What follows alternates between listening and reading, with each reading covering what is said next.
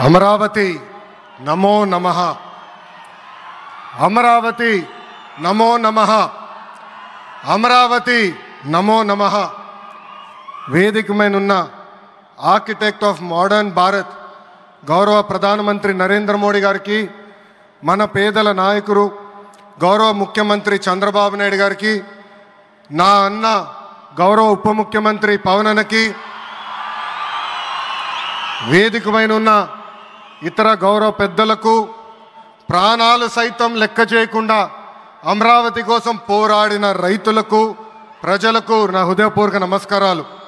ముందుగా పహల్గామ్ ఉగ్రవాద దాడిలో చనిపోయిన వారికి నేను నివాళులర్పిస్తున్నా.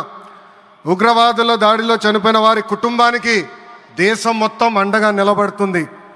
పాకిస్తాన్ గీత దాటింది, అమాయకుల్ని చంపింది, చాలా పెద్ద తప్పు చేసింది.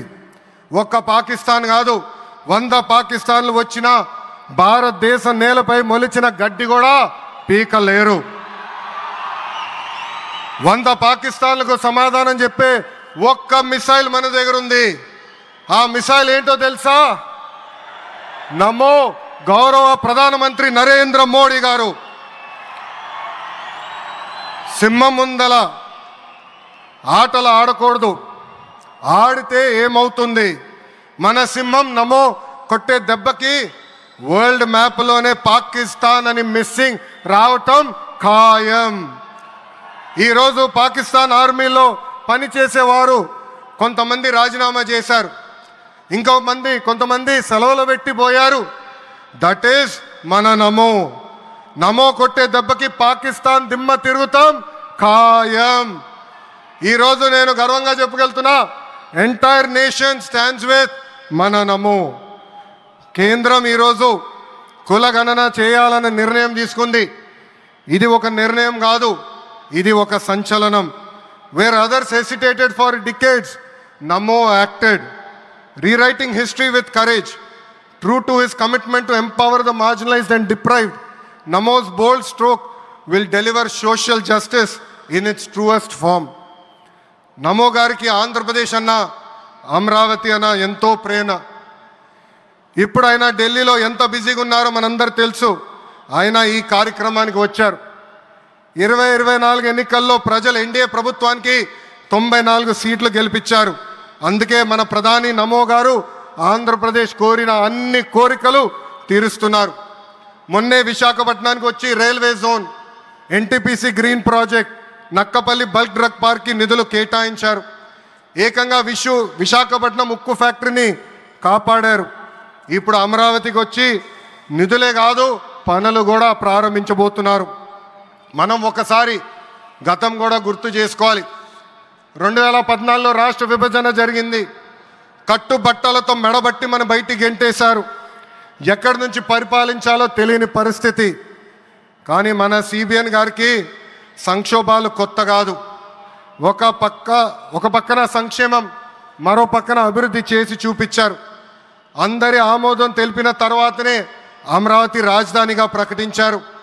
రైతులు చేసిన త్యాగం వల్ల ఈరోజు అమరావతి ఏర్పడింది. ఒకే రాజధాని, అభివృద్ధి వికేంద్రీకరణ అనే ఎజెండాతో మన ప్రభుత్వం ముందరికెళ్ళింది. రాయలసీమను ఎలక్ట్రానిక్స్, ఆటోమోటివ్, రెన్యూవబుల్ ఎనర్జీ హబ్గా తయారు చేశాం. గోదావరి జిల్లాలో ఆక్వాని పెద్ద ఎత్తున ప్రోత్సహించాం. ఉత్తరాంధ్రలో ఐటీ, ఫార్మా కంపెనీలు కూడా ఆనాడు మనం తీసుకొచ్చాం. కానీ 2019 నుంచి 24 వరకు విధ్వంస పాలన మనం చూసాం. మన సిబిఎన్పై ఉన్న వ్యక్తిగత కక్షతో అమరావతిని చంపేయాలని చూశారు. ఒక్క ఇటుక కూడా పెట్టకుండా 3 రాజధానులంటూ 5 సంవత్సరాలు గడిపేశారు.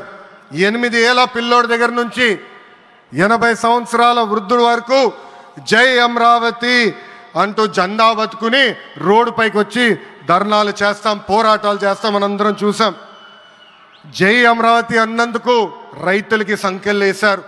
జై అమరావతి అన్నందుకు మహిళా రైతుల్ని పోలీస్ బూటులతో తన్నిచ్చారు. జై అమరావతి అన్నందుకు రైతుల్ని ఏకంగా పేడ్ ఆర్టిస్టులు అన్నారు. ఎన్ని అరాచకాలు చేసినా అమరావతి రైతులు తగ్గేదే లేదన్నారు. 1631 రోజుల పాటు అమరావతి ఉద్యమం కొనసాగింది. 2070 మంది రైతులు చనిపోయారు. సుమారుగా 3,000 మంది రైతులపైన ఆనాటి ప్రభుత్వం దొంగ కేసులు పెట్టింది. ఎన్ని కుట్రలు చేసినా జై అమరావతి అన్న నినాదం ఆపలేకపోయారు. అయినా ఆపేదానికి పీకేదానికి అమరావతి ఎవరో ఇంట్లో పెంచుకున్న మొక్క కాదు, జనం గుండెల్లో దాచుకున్న ప్రజా రాజధాని.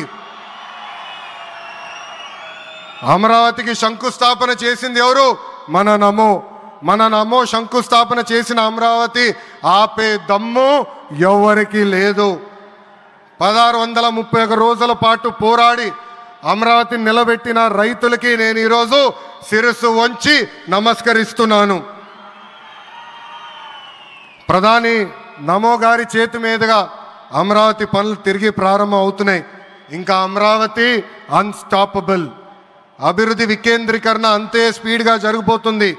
Polavaram, Visakha steel plant, Bhogapuram airport, Prakasam జిల్లాలో CBG plant, Kurnool high court bench, ఇలా అన్ని కార్యక్రమాలు జెట్ స్పీడ్తో జరుగుతాయి.